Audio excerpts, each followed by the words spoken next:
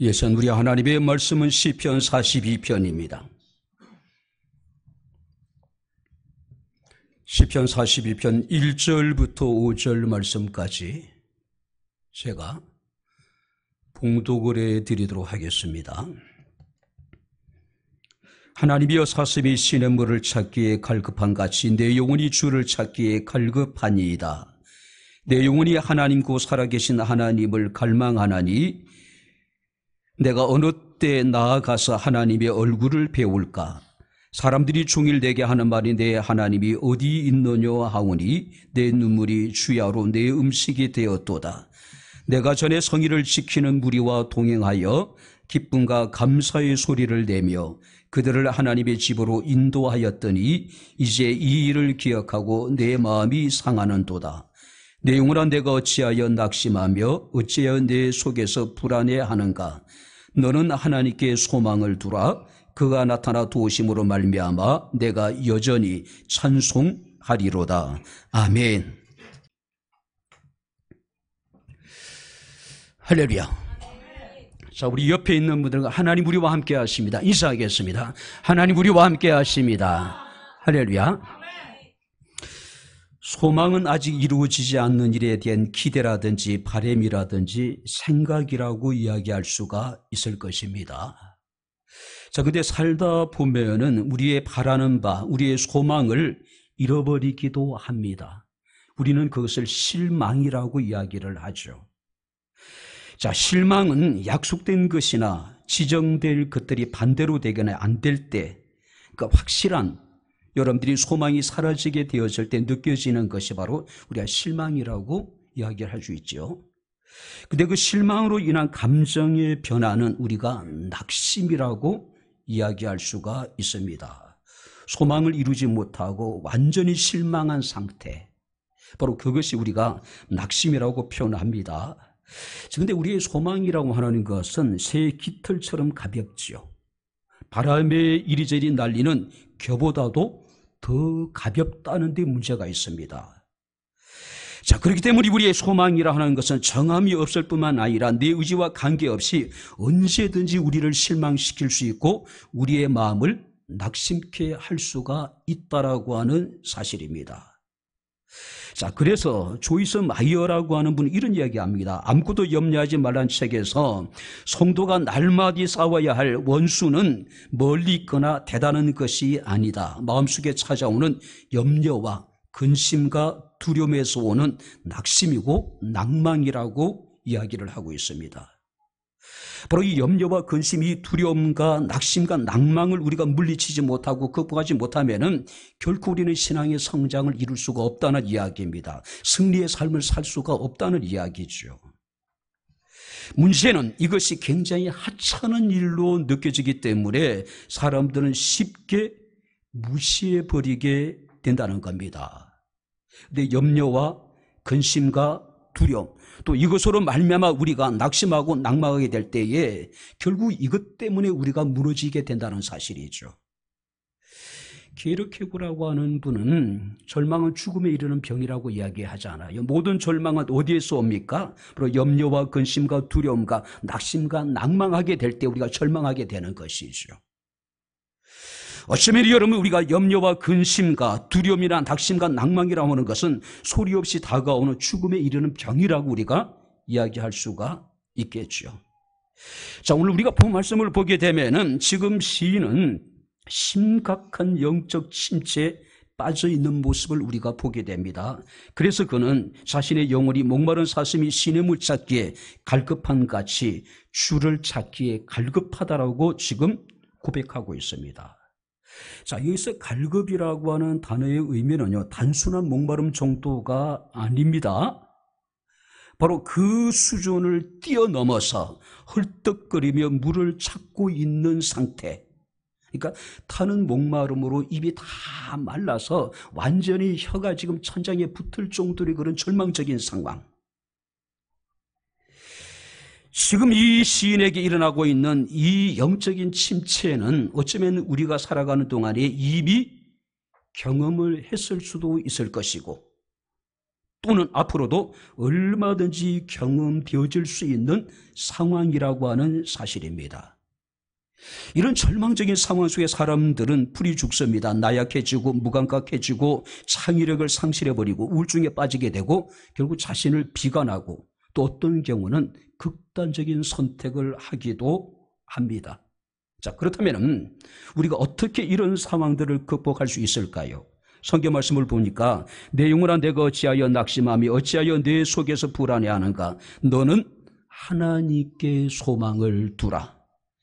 그가 나타나 도우심으로 말미암아 내가 여전히 찬송할 것이라고 여기에 말씀을 하고 있습니다. 자, 너는 하나님께 소망을 두라고 말씀을 하고 있습니다. 이 소망이라는 것은 단순한 기대와 바람과 희망이 아닙니다. 이 소망이라고 하는 것은 기다린다라고 하는 그런 깊은 의미를 가지고 있는 거예요. 왜 여러분들이 소망은 기다림이라고 표현할 수 있을까요? 하나님을 우리 마음대로 움직일 수 없잖아요. 내가 원하는 것을 내가 원하는 방법대로 내가 원하는 때에 얻을 수 있는 것이 아니잖아요. 그죠? 모든 것이 하나님의 때에 이루어지는 것이기 때문에 우리는 그 하나님의 때가 이루어지기까지 우리는 끊임없이 기다리는 것. 소망은 또 다른 의미는 기다림이라고 이야기할 수가 있겠죠. 우리가 창세기 말씀을 보게 되면은 야곱은 아이를 사랑했기에 7년을 수일같이 기다렸습니다. 얼마나 고단한 삶이었겠어요. 얼마나 여러분들이 피곤한 삶이었겠어요. 그래도 불구하고 사랑하는 여인이 있었기 때문에 그 7년이라는 세월을 수일같이 기다렸다고 성경에 기록하고 있습니다. 어쩌면 여러분들이 우리가 응답받는 것은 순간이지만 하나님의 응답을 기다리는 것은 긴 인내의 과정입니다. 어쩌면 하나님께서 바로 우리가 응답을 받는 것보다도 하나님은 그 기다림의 시간을 더 기뻐하지 않으실까요? 혹자는 이러기를 응답받지 못한 채 오랜 시간을 기다리는 것 자체가 하나님을 사랑한다는 확실한 증거라고 이야기를 하고 있어요. 기다림은 지루하고 무의미한 시간으로 느껴질 수가 있습니다. 그러나 그 기다림의 시간을 통해서 하나님은 지금도 우리를 만들어가고 계시다는 사실을 믿으시길 주의 이름으로 축원합니다.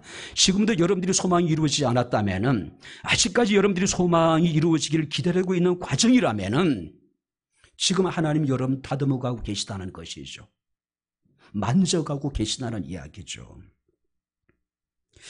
제가 몇 번 우리 교인들에게 소개했던 이야기가 있습니다. 6.25 전쟁 때 이산 가족이 된 부부의 이야기입니다.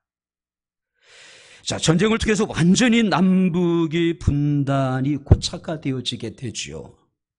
이 두 부부는 수십 년을 떨어져서 살아가게 됩니다. 그러다가 수십 년이 지나서 극적인 상봉을 이루게 됩니다.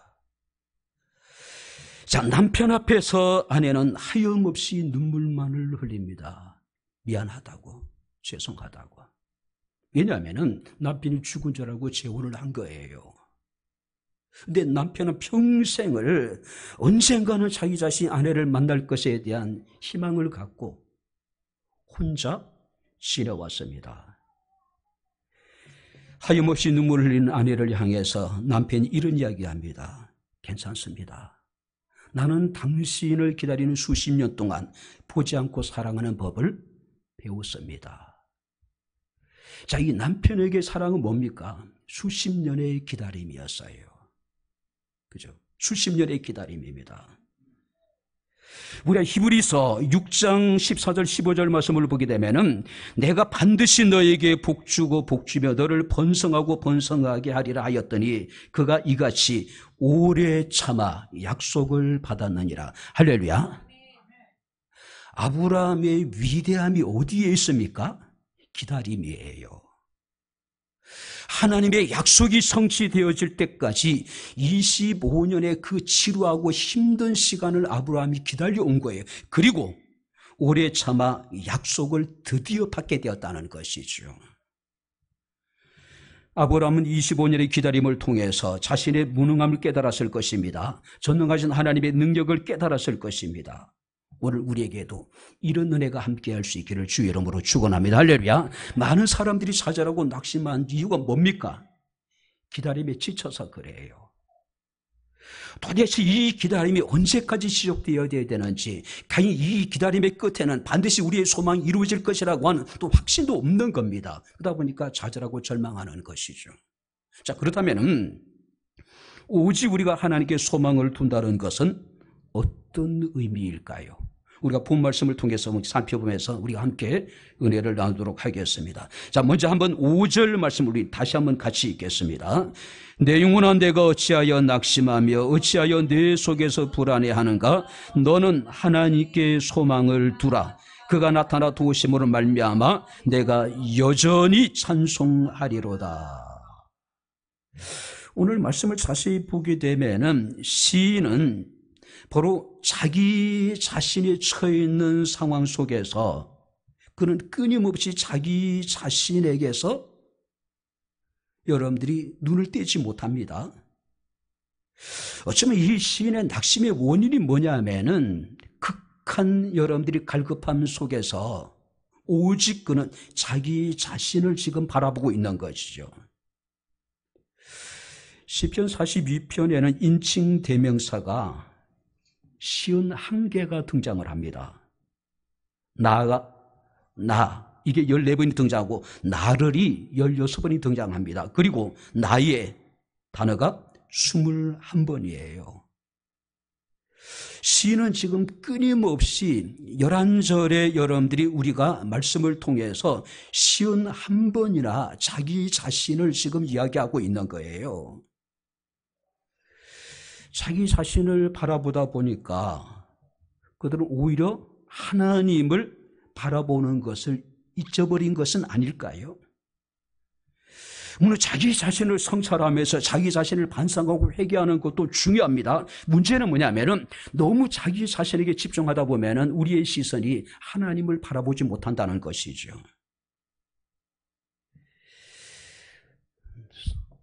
나를 똘똘하게 생각할 때마다 느끼는 건 뭐냐면은 나의 무기력함, 무능력함.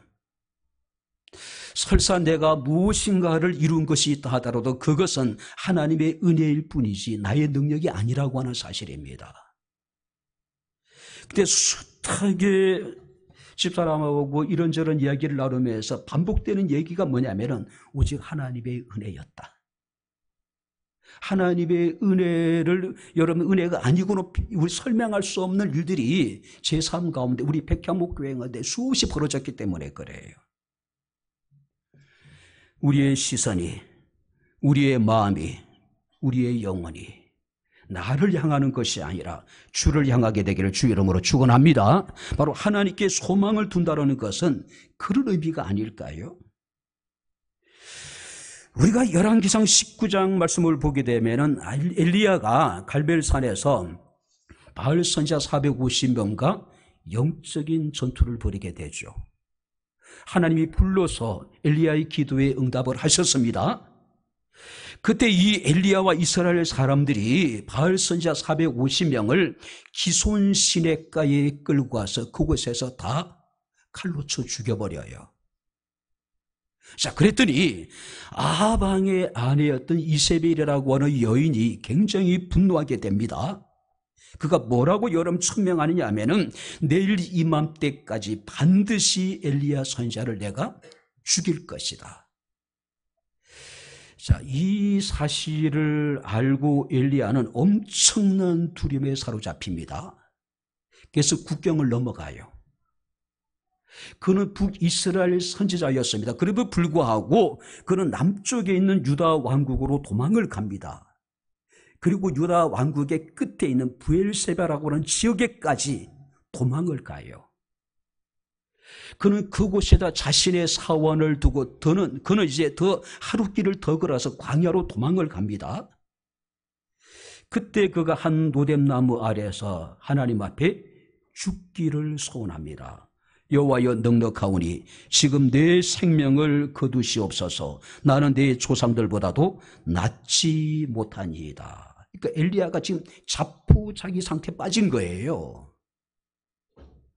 여러분들이 엘리야처럼 가장 위대한 선지자조차도 하늘의 불을 내리기도 하고 하늘의 문을 닫기도 하고 하늘의 문을 열어서 비를 내리기도 했던, 죽은 사람을 살리기도 했던 위대한 선지자조차도 이런 상태에 빠진 거예요. 자포자기입니다. 자신이 처해 있는 상황, 자신의 감정에 빠져 있는 겁니다. 자, 그러다 보니까 그가 하나님께 지금 죽기를 구한 거예요. 이건 엘리야만의 모습이 아닙니다. 예레미야도 그래서요. 많은 여러분들이 주의 사자들조차도 삶의 위기 속에서 때로는 그들의 하나님 앞에 죽음을 구하는 모습들을 우리가 종종 볼 수가 있습니다. 자기 감정, 자신의 처해 있는 상황에 집중하다 보니까 결국은 위대한 선지자조차도 하나님 앞에 죽기를 구하고 있는 것이죠. 우리 하나님은 어떤 하나님입니까? 살아계신 하나님이십니다. 할렐루야. 그 하나님께 소망을 두란 이야기죠. 역대하 20장 말씀을 보게 되면 모압과 암몬이 쳐들어옵니다. 당시의 유다의 왕은 여호사밧이에요. 아니, 모압 한 나라도 대적하기가 버거운데 두 나라가 지금 동맹을 맺은 겁니다. 유다 사람들이 느낀 두려움과 공포는 말로 표현할 수 없겠지요. 그래서 여러분들이 여호사밧을 중심으로 해서 모든 유다 백성들이 하나님 앞에 나가 금식하며 부르짖어 기도합니다. 특별히 여러분들이 여호사밧의 기도는 우리에게 많은 것을 생각합니다. 이 큰 무리를 대적할 수 있는 능력도 없습니다. 우리는 어떻게 해야 될지 알지도 못합니다. 오직 주님만을 바라봅니다. 한번 따라해 보시기 바랍니다. 오직 주님만을 바라봅니다. 할렐루야. 자신의 연약함을 본 것이 아닙니다. 모압이나 암몬 자손들의 여러분들이 강함을 본 것이 아니에요. 절체절명의 국가적인 위기 속에서 여호사밧과 유다 백성들은 오직 주님만을 바라본 겁니다. 그때 하나님께서 선지자를 통해서 말씀하십니다. 전쟁은 여호와께 속한 것이니 너희는 두려워하지 말라. 너희는 항오를 이루고 질서정연하게 여호와께서 너희를 위해서 어떻게 싸우시는가를 구경하라고 말씀하시는 모습을 우리가 보게 됩니다. 절체절명의 위기 속에서 하나님의 기적적인 능력으로 바로 모압과 암몬 자손을 물리칩니다. 그때 그들이 승리를 기념하여 바로 여러분들이 하나님을 찬송하게 됩니다. 그것이 뭐냐면은 브라가 골짜기, 송축의 골짜기예요. 좌절과 절망과 낙심할 수밖에 없는 상황 속에서 온전히 하나님만을 바라보았더니 자기 자신의 부족함과 상대의 강함을 본 것이 아니라 하나님을 바라보았더니 하나님께서 그 골짜기를 송축의 골짜기로 변화시켜 주신 것이지요. 마치 우리가 호세아서를 보게 되면 아골 골짜기로 소망의 문으로 삼아 주시듯이, 할렐루야, 하나님께 소망을 두면은 우리 인생의 아골 골짜기도 소망의 문이 될 수가 있다는 것이지요. 자기 자신을 바라볼 때 우리는 실망하게 됩니다. 낙심하게 됩니다. 절망하게 됩니다. 왜냐하면 자기 자신의 어떤 무력함과 무기력함에서 오는 실망과 낙심과 절망은 당연한 것이라고 이야기할 수 있겠죠.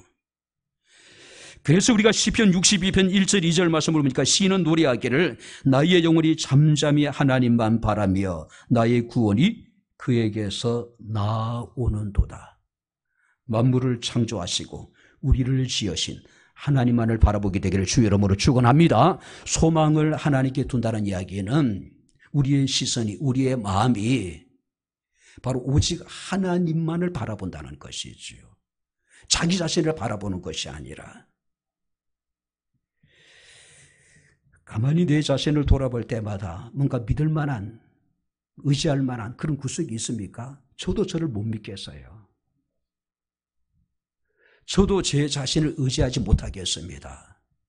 그런데 왜 자기 자신만을 바라봅니까? 왜 자기 자신을 의지하고 신뢰합니까? 아니잖아요. 뿐만 아니라 우리가 4절 말씀을 우리 다시 한번 같이 읽겠습니다. 내가 전에 성의를 지키는 무리와 동행하여 기쁨과 감사의 소리를 내며 그들을 하나님의 집으로 인도하였더니 이제 이 일을 기억하고 내 마음이 상하는도다. 오직 하나님께 소망을 둔다는 이야기는 과거가 아니라 미래를 바라보는 것, 미래를 지향하는 것. 내가 전에 성의를 지키는 무리와 동행하여 기쁨과 감사의 소리를 내며 그들을 하나님의 집으로 인도하였더니 이제 그때 일을 기억하고 내 마음이 지금 상한다. 굉장히 달콤한 과거였습니다. 그런데 현재는 굉장히 씁쓸해요. 이것이 지금 시인이 느끼는 감정이에요. 과거를 생각하면 정말 달콤합니다. 얼마나 멋져요. 많은 사람들을 바로 하나님의 전으로 인도해서 함께 하나님께 감사하고 하나님께 찬양하고 막 그랬단 말이에요. 아름다운 추억이 있었어요. 그런데 현재는 그렇지 못해요. 오히려 그들이 내 하나님이 어디 있느냐라고 지금 여러분들이 신에게 지금 이야기하고 있는 상황입니다. 하나님의 이름을 마음껏 찬양하고 행복했던 시간들을 추억하니까 너무 좋았습니다. 그런데 현실은 그렇지 못한 거예요. 그죠? 내 마음이 상한다. 그때를 생각하면서 정말 굉장히 달콤했던 추억이 있었는데 근데 현실은 그렇지 뭐 어때요? 내 마음이 상했다. 현실은. 그죠? 우리가 사춘기를 지나서 이제 어릴 때 그 사진 앨범을 꺼내놓고 보면서 야 정말 그때가 좋았는데 그런 생각이 들 때가 있잖아요. 근데 자신의 현실을 보면서 야 내가 어쩌다가 이렇게 되었나. 과거의 어릴 때의 모습을 보면서 정말로 야 그때가 참 좋았다라고 우리가 여러분이 자기 자신에 대해서 감동을 하잖아요. 근데 현실을 가만히 보면서 어떻게 내가 어쩌다가 이렇게 되었을까 그런 생각이 들 때가 있잖아요. 그죠? 세번역을 보면 이렇게 기록하고 있습니다. 지나간 날들이 생각난다. 무리의 앞장을 서서 하나님의 집에 이르던 일, 환희의 찬송, 또 소리 더 높던 그 행렬, 순례자의 축제로 법석을 떨던 그 일, 이제 이런 일들은 생각만 하여도 가슴이 미어진다. 과거에는 너무 아름다웠습니다. 너무 행복했어요. 그런데 지금 생각해 보니까 가슴이 미어진다. 가슴이 미어진다. 오늘 우리가 왜 낙심합니까? 왜 좌절합니까? 과거에 좋았을 때 일들에 자꾸 우리가 여러분 매몰되어지는 겁니다. 그리고 현실을 보니까 낙심할 수밖에 없는 거죠. 좌절하고 절망할 수밖에 없는 것이잖아요. 저도 과거의 추억에 빠질 때가 얼마나 많은지 모릅니다. 야, 우리가 2003년도에 11억 1,000을 주고 1,000평 땅을 샀어서 20년이 지난 그때 11억 1,000 어마어마한 거잖아요. 1,000평의 교회 부지. 막 그러면서 얘기합니다. 근데 돌아서 가만히 생각하면은 근데 지금의 우리의 현실은 어떨까? 지금은 그래도 괜찮아요. 지금 그래도 감사합니다. 그럴 때가 있었다는 것이죠. 그죠? 오늘 시인은 하나님 앞에 내 영혼아 내가 어찌하여 낙심하며 어찌하여 내 속에서 불안해하는가. 너는 하나님께 소망을 두라. 그가 나타나 도우심으로 말미암아. 자, 그가 나타나 도우심으로 말미암아. 과거가 아니라 앞으로 여호와께서 자기 자신에게 나타나서 자기 자신을 도우실 것을 기대하는 겁니다. 과거가 아니라 미래예요. 그리스도인들은 과거 지향적인 사람들이 아니라 미래 지향적인 사람이 되지 않을까요? 그죠? 특별히 우리가 6절 말씀을 보게 되면은 내 하나님이여 내 영혼이 내 속에서 낙심이 되므로 내가 요단 땅과 헤롯몬과 미살산에서 주를 기억하나이다. 무슨 얘기일까요? 지금 현실은 굉장히 암울한 상황입니다. 절망적인 상황이에요. 근데 그가 과거에 여호와께서 자기 자신에게 은혜를 베푸셨던 그 요단 땅과 헤르몬 산과 미살산에서의 그 하나님을 기억한 거예요. 그 하나님이 다시 자기 자신에게 나타나서 자신을 도울 것을 지금 확신하고 있는 겁니다. 지난 날을 생각하면서 낙심케 되는 경우가 있죠. 반면에 지난 날을 생각하면서 현재의 어렵고 힘든 상황에 오히려 힘을 얻고 이 어렵고 힘든 상황을 여러분들이 극복해 나갈 수 있는 용기를 오히려 얻는 경우도 있어요. 그죠? 특정인에 대해서 과거를 생각하면서 분노하는 감정이 막 듭니다. 근데 지금 그는 내게 아무 짓도 안 했어요. 근데 과거에 미워가지고 다시 그가 미워지는 경우가 있어요. 반면에 특정인을 생각하면서 오히려 과거에 그가 내게 행했던 일들을 생각하면서 오히려 더 고맙고 감사하고 그런 마음이 들 때도 있잖아요. 그죠? 지금 이 시인은요, 현실의 상황이 굉장히 암울한 상황입니다. 그럼에도 불구하고 과거에 여호와께서 자기 자신에 행하셨던 그 일들을 기억하면서 오히려 지금 힘을 얻고 있는 거예요. 그가 다시 나타나서 내게 은혜를 베푸실 것을 확신했다는 것이죠. 그때를 기억하고 마음이 상했었는데 바로 하나님께서 어렵고 힘들 때 과거에 자기 자신이 행했던 일들을 기억하면서 그가 다시 힘을 얻기 시작하는 겁니다. 우리가 하나님이 끊임없이 이스라엘 백성들에게 하는 말씀이 있습니다. 너는 애굽의 종 되었던 때를 기억하라. 내 하나님께서 큰 손과 편팔로 너를 인도했던 때를 기억하라. 애굽의 종되었던 때를 기억하라. 무슨 여러분들이 즐거움이 있고 기쁨이 있고 여러분들이 그렇겠어요. 고통스러웠잖아요. 근데 그때를 기억하래요. 그리고 여호와께서 큰 손으로 너희를 구원하고 너희를 인도했던 것을 잊지 말고 기억하라는 이야기예요. 무슨 얘기일까요? 지난날에 너희가 고난과 환난과 핍박과 여러 가지 어렵고 힘든 일이 있을 때에 여호와께서 너희를 어떻게 구원하셨는지를 기억하라니, 잊어버리지 말라는 이야기예요. 과거를 기억하면서 현재 너희들의 상황이 녹록지 않지만은 힘을 얻으란 이야기입니다. 용기를 내란 이야기예요. 소망을 가지란 이야기입니다. 과거에 하나님께서 우리에게 베푸셨던 주의 은혜를 기억하시게 되길 바랍니다. 할렐루야. 과거로 인해 가지고 마음이 상하는 것이 아니라 과거로 인해 가지고 우리가 위로를 받는 겁니다. 힘을 얻는 거예요. 그렇죠? 기독교의 세계관은 언제나 미래를 향하고 있습니다. 바로 성경은 희망적인 세계관을, 미래에 대한 세계관을 우리에게 지금 말씀하고 계셔요. 그래서 성경을 보게 되면은 저녁이 되며 아침이 되니 이는 첫째 날이다. 하루가 어둠에서부터 시작이 됩니다. 그리고 언제 끝납니까? 아침에 끝나요. 그래서 어둠에서 빛으로, 죽음에서 생명으로, 또 절망에서 희망으로. 바로 이것이 기독교의 여러분들의 세계관이에요. 반면에 여러분들이, 우리가 동양인들의 하루는 아침에 시작해서 저녁으로 끝납니다. 밝은 아침에 시작하지만 결국은 어두운 밤으로 끝나버려요. 그래서 혹자는 이러기를 빛에서 어둠으로, 생명에서 죽음으로, 희망에서 절망으로 끝난다라고 이야기하고 있는 겁니다. 그래서 여러분들이 동양의 대부분들의 사상가들을 보게 되면 여러분들 불교도 마찬가지죠. 삶이 허무잖아요. 인생이 허무함이잖아요. 그죠? 우리가 예레미야애가 3장 33절 말씀을 보게 되면 주께서 인생으로 고생하게 하시며 근심하게 하심이 본심이 아니시로다.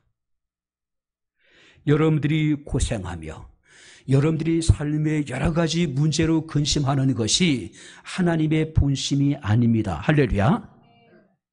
그럼 하나님의 본심은 무엇일까요?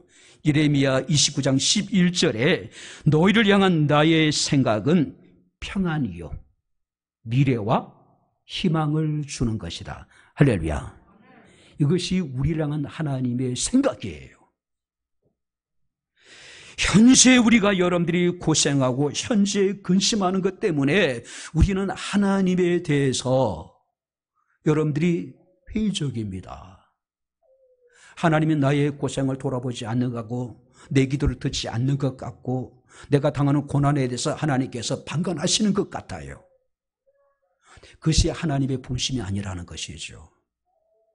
우리를 향한 하나님의 본심은 평안입니다. 미래입니다. 희망이에요. 이것이 하나님의 본심이라는 것이죠. 그래서 사도 바울은 로마서 8장 28절에 이르기를 우리가 알거니와 하나님을 사랑하는 자 곧 그의 뜻대로 부르심을 입은 자들에게는 모든 것이 합력하여 선을 이루느니라. 할렐루야. 여러분들이 겪고 있는 고생, 여러분들이 겪고 있는 여러 가지 마음의 염려와 근심, 환난, 이 모든 것들을 하나님께서는 합력을 해서 궁극적으로 우리에게 선을 이루시는 하나님. 극한 여러 가지 어렵고 힘든 일을 만날 때 우리는 문제에 매몰되다 보면 우리는 그 고난을 통해서 얻을 수 있는 것이 아무것도 없어요. 이 또한 지나가게 될 것이고 하나님 이 모든 것들을 통해서 궁극적으로 우리에게 선을 이루실 것이라고 하는 확신, 믿음, 이게 소망이 아닐까요? 마지막으로 여러분들이 우리가 오직 하나님께 소망을 둔다는 의미는 어떤 의미일까요? 다시 한번 5절을 같이 읽겠습니다. 내 영혼아 내가 어찌하여 낙심하며 어찌하여 내 속에서 불안해하는가? 너는 하나님께 소망을 두라. 그가 나타나 도우심으로 말미암아 내가 여전히 찬송하리로다. 오직 하나님께 소망을 둔다는 것은 하나님의 도우심을 기대하고 기도하고 기다리는 것. 저는 이것을 성도의 삶기라고 여러분들에게 숱하게 말씀드려 왔습니다. 아니, 개척하면서부터 저는 우리 교인들이 했던 이야기예요.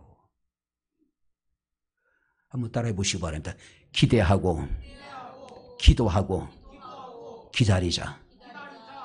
이것이 소망이 아닐까요? 기대가 없으면 기도도 안 합니다. 기대가 없고 기도 안 한 사람은 아무것도 기다릴 수 있는 것이 없단 말이에요. 그렇지 않습니까? 바로 지금 이 시인은 자신의 한계를 바라본 것이 아니라 하나님의 능력을 바라봤습니다. 그래서 우리가 1절 말씀을 보게 되면은 사슴이 시냇물 찾기에 갈급한 같이 내가 주를 찾기에 갈급하다고 고백합니다. 그리고 2절 말씀 보니까 살아계신 하나님을 갈망한다고 이야기합니다. 그리고 여러분 6절 말씀을 보게 되면은 요단 헤르몬 미살산에서 주를 기억했다라고 이야기를 하고 있어요. 그래 8절 말씀 보니까 생명의 하나님께 내가 기도한다.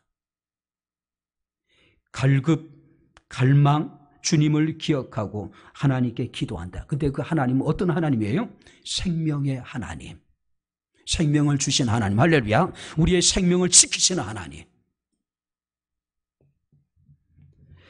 특별히 여러분 우리가 1절 말씀을 보게 되면 사슴이 시냇물 찾기에 갈급함 같이. 자, 다른 번역본에서는 이렇게 여러분들이 번역합니다. 시냇물을 찾는 사슴이 갈증 속에서 헐떡거리며 울부짖듯이 내가 하나님을 찾는다. 또는 사슴이 시냇물을 찾아 울부짖듯이.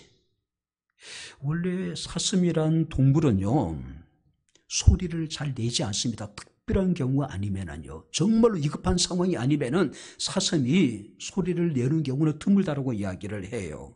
근데 지금 상황이 너무 끔찍해요. 너무 지금 절망적인 상황이에요. 그래서 이 사슴은 시냇물을 찾아다니면서 지금 울부짖기 시작을 합니다. 포식자들로부터 자기 자신의 위치가 노출되어질 수 있는, 먹잇감으로서 표적이 될 수 있는 상황임에도 불구하고 지금 이 사슴이 지금 울부짖고 있다는 것이죠. 다윗은 지금 그런 심정으로 시인은 지금 하나님을 지금 여러분들이 갈급하고 있고 갈망하고 있다는 것이죠. C.S. 루이스의 이야기는 여러분들이 자주 소개를 했습니다. C.S. 루이스는 이런 이야기를 합니다. 우리의 욕망이 너무 강한 것이 문제가 아니라 오히려 우리 욕망이 너무 약한 것이 문제다. 우리 그리스도인에게 있어서 욕망이 강한 것이 문제가 아니라 너무 약한 것이 문제라는 것이죠. 하나님은 우리에게 영원한 기쁨을 주시기를 원합니다. 참 평안을 주시기를 원합니다. 궁극적으로는 하나님은 우리에게 영원한 하나님의 나라를 기업으로 주기를 원하셔요. 그런데 우리의 욕망은 너무 작아요. 여성들은 명품 핸드백이라든지 또 자동차라든지 또 아파트, 여러분들 우리 욕망이 그것을 뛰어넘어야 되지 않을까요? 최소한 그리스도인들이라면은. 그죠? 그 명품 백이, 그 여러분 좋은 자동차가, 넓은 평수의 여러분 명품 아파트들이 우리의 욕망을 여러분들이 충족시켜 줄 수 있을까요? 아니죠. 눈은 보아도 족함이 없고 귀는 들어도 차지 않습니다. 모든 강물이 다 바다를 흐르되 바다를 채울 수 없어요. 세상의 욕망은 그러한 겁니다. 채워지지 않는 것들이에요. 세상에 썩어질 것들이라는 것이죠. 여러분들은 지금 무엇을 갈망하고 있습니까? 무엇에 여러분들이 갈급해하고 있습니까? 갈망은 우리의 방향성과 우리의 정체성을 결정합니다. 여러분들이 무엇을 추구하느냐, 무엇을 우리가 갈망하느냐에 따라서 여러분들이 어떤 사람인지, 또 여러분들이 무엇을 추구하고 있는지, 무엇을 향해 달려가는지 우리가 알 수가 있다는 것이죠. 특별히 8절 보면은 낮에는 여호와께서 그의 인자하심을 베푸시고 밤에는 그의 찬송이 내게에서 생명의 하나님께 기도하리로다. 생명의 하나님께 내가 기도하겠다는 것이죠. 하나님의 도우심을 구하겠다는 이야기죠. 소망의 하나님, 우리에게 생명을 주신 하나님, 우리의 생명을 지키시는 하나님, 그 하나님께 소망을 두고 내가 기도하겠다는 거죠. 그 하나님의 도우심을 구하겠다는 이야기죠. 아무리 우리 현실 어렵고 힘들지라도 오직 하나님께 소망을 두고 하나님만을 바라보고 생명의 주님께 기도할 수 있는 우리의 삶이 될 수 있기를 주의 이름으로 축원합니다. 이제 말씀을 정리하도록 하겠습니다. 어느 대학원에서 강의가 끝날 무렵에 교수가 결혼한 한 여학생을 앞으로 불러 세웠습니다. 그 칠판에다가 가장 사랑하는, 가장 좋아하는, 가장 소중한 사람들의 이름을 쓰라고 얘기했습니다. 20명. 그 학생은 친구들의 이름, 가족들의 이름, 회사 동료들의 이름들 20명을 칠판에 채웠습니다. 그런 후 교수가 학생에게 그 중에서 별로 중요하지 않는 사람을 하나를 지우라고 이야기를 합니다. 1번부터 20번까지 쭉 살피고 난 다음에 한 사람을 지웠습니다. 또 한 사람을 지우라, 또 한 사람을 지었습니다. 그리고 맨 마지막에 4명이 남았습니다. 사랑하는 부모님, 그리고 남편, 그리고 어린아이. 자, 20명 가운데 딱 4명의 이름만이 남았습니다. 교실의 분위기가 어땠길까요? 지죽은 듯이 조용했습니다. 교수가 학생에게 다시 얘기했습니다. 4명 가운데 덜 중요한 사람 한 사람 이름을 지우십시오. 누구를 지워야 될까요? 한참 동안 이 여학생은 여러분들이 망설입니다. 그리고 조심스럽게 아버지 이름을 지어요. 그리고 다시 교수가 이야기합니다. 3명이 남았습니다. 그 다음 이 3명 가운데 덜 중요한 한 사람 이름을 지우십시오. 이 학생은 자신의 어머니 이름을 지웁니다. 이제 2 사람 남았어요. 남편과 어린 아이. 자, 교실의 분위기는 얼마나 무거웠을까요? 교수가 다시 이야기합니다. 두 사람 가운데 한 사람, 덜 중요한 사람 이름을 지우십시오. 결국 이 학생 울음을 터뜨립니다. 그리고 조심스럽게 아들의 이름을 지워요. 자, 울음이 끝이고 난 다음에 교수가 이 여학생에게 이런 질문을 했다고 합니다. 자네를 낳아준 부모와 자네가 낳은 자식을 왜 지웠느냐? 피 한 방울도 섞이지 않고 마음만 먹으면 다시 구할 수 있는 남편을 가장 소중한 사람으로 왜 남겨두었느냐? 그때 그 학생이 이런 얘기를 했다고 합니다. 시간이 흐르면 부모님은 먼저 돌아가실 것이고 아이는 다 성장하면 내 품을 떠날 것이 분명합니다. 생각해보면 평생 제 옆에서 제 동반자가 될 사람은 남편밖에 없습니다. 오늘 혹시 여러분들이 부부가 같이 앉은 분들이 있습니까? 한번 옆에 한 사람 봐보세요. 한번 봐보십시오. 이렇게. 정말 눈물겹도록 고마운 사람 아닐까요? 그죠? 눈물겹도록 여러분들이 고마운 사람이 아닐까요? 실제적으로 이게 어쩌면 정답일 수 있어요. 여러분들이 사람에게 가장 큰 슬픔이 부모의 죽음도 아닙니다. 자녀의 죽음도 아니에요. 부부의 여름 사별이에요.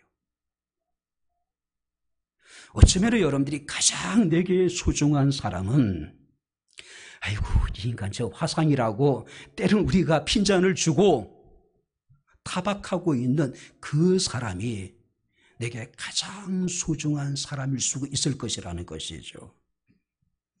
그런데 친구도 떠납니다. 부모님도 자녀들도 언젠간 우리를 떠나요. 그렇다고 배우자로 우리를 떠나지 않을까요? 아닙니다. 그들도 우리를 언젠간 떠납니다. 영원히 우리와 함께 하시며 우리의 동반자가 되어줄 수 있는 분은 누굴까요? 바로 믿음의 주에 온전케 하시는 우리 주님이 아니실까요? 여호수아 1장 5절에 하나님께서 여호수아에게 이르시기를 내가 모세와 함께 있던 것 같이 너와 함께 있을 것이라. 내가 너를 떠나지 아니하며 버리지 아니하리라. 할렐루야. 떠나지 않으시고 버리지 않으신대요. 주님께서 마태복음 28장 20절에 내가 세상 끝날까지 너희와 항상 함께 있을 것이다. 요한복음 13장 1절에 예수께서는 십자가의 죽음이 가까움을 아시고 세상에 있는 자기 사람들을 사랑하시되 끝까지 사랑하신다라고 말씀하고 있습니다. 여러분들은 무엇에, 어디에, 누구에게 소망을 두고 있습니까? 다윗은 시편 39편 7절에 주여 이제 내가 무엇을 바라리요? 나의 소망은 주께 있나이다. 또 시편 71편 5절에 주 여호와여 주는 나의 소망이시오. 내가 어릴 때부터 신뢰한 이시라. 어릴 때부터 시인은 하나님께 소망을 두고 하나님만을 신뢰했다는 이야기죠. 시편 146편 5절에 야곱의 하나님을 자기의 도움으로 삼으며 여호와 자기 하나님에게 자기 소망을 두는 자에게 복이 있도다. 오늘 사도 바울은 로마서 5장 5절에 소망이 우리를 부끄럽게 하지 않을 것이라고 이야기를 합니다. 왜냐하면 우리에게 주신 성령으로 말미암아 하나님의 사랑이 우리에게 부음받았으니 하나님 안에서 우리의 소망은 결코 우리를 부끄럽게 하지 않을 것이다. 오직 하나님께 소망을 두게 되기를 주의 이름으로 축원합니다. 기도하겠습니다. 주신 나의 아버지 하나님, 우리 아버지 하나님의 은혜와 사랑을 진심으로 감사합니다. 세상에 썩어질 허무한 것에 소망을 두는 것이 아니라 생명의 주가 되신 하나님께 소망을 두고 그 소망이 결코 우리를 부끄럽게 하지 아니함을 확신하고 소망에 견고하여 흔들리지 않는 백향목교회 사랑하는 모든 성도들이 되게 하옵소서. 예수님 이름으로 기도합나이다. 아멘. 이제는 우리 주 예수 그리스도의 은혜와 하나님의 크신 사랑과 성령님의 교통 교제내제 충만 역사 인도하심이 오직 하나님께 소망을 두기를 원하는 주의 사랑하는 모든 성도들 머리머리 위에, 저들의 가정과 직장과 사업장과 이 교회와 이 나라 이 민족 위에 지금부터 영원토록 함께 있을지어다. 아멘.